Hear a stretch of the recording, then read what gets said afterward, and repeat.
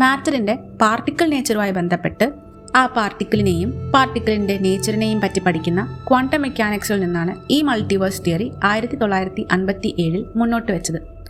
എല്ലാവർക്കും അറിയാവുന്നതും വളരെ എളുപ്പം മനസ്സിലാക്കാൻ പറ്റുന്നതുമാണ് ഈ തിയറി. ഈ കോൺസെപ്റ്റ് എന്ന് വെച്ചാൽ ഇപ്പോൾ നമ്മുടെ യൂണിവേഴ്സിൽ ഒരു ഡിസിഷൻ എടുക്കേണ്ടി വന്നാൽ അതിന് ഒരുപാട് പോസിബിൾ ഔട്ട്കംസ് ഉണ്ടാവില്ലേ? അതിലൊരു ഔട്ട്കം ആയിരിക്കും അറ്റ് എ ടൈം നമ്മളിവിടെ എടുക്കുന്നത്. മെനി വേൾഡ് ഇൻ്റർപ്രിട്ടേഷൻ തിയറി അനുസരിച്ച് ഈ ഒരു ഡിസിഷന് എന്തൊക്കെ പോസിബിൾ ഔട്ട്കംസ് ഉണ്ടോ ആ എല്ലാ പോസിബിൾ ഔട്ട്കംസും നടക്കുകയും ചെയ്യും. എത്ര പോസിബിൾ ഔട്ട്കംസ് ഉണ്ടോ അത്രയും നമ്പർ ഓഫ് യൂണിവേഴ്സസ് ബ്രാഞ്ച് പോലെ ഉണ്ടാവും എന്നാണ് മെനി വേൾഡ് ഇൻ്റർപ്രിട്ടേഷൻ തിയറി പറയുന്നത്.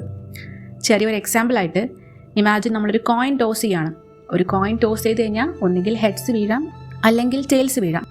ആ ഒരു സെൻസിൽ ഒരു യൂണിവേഴ്സിൽ കോയിൻ ടോസ് ചെയ്യുമ്പം ഹെഡ്സിൽ വീഴുന്നു, ടെയിൽ എന്ന ഔട്ട്കം ഉണ്ട്. സോ ഒരു ഔട്ട്കമ്മിന് വേണ്ടി ഒരു പാരലൽ യൂണിവേഴ്സ് ഫോം ചെയ്യുന്നു.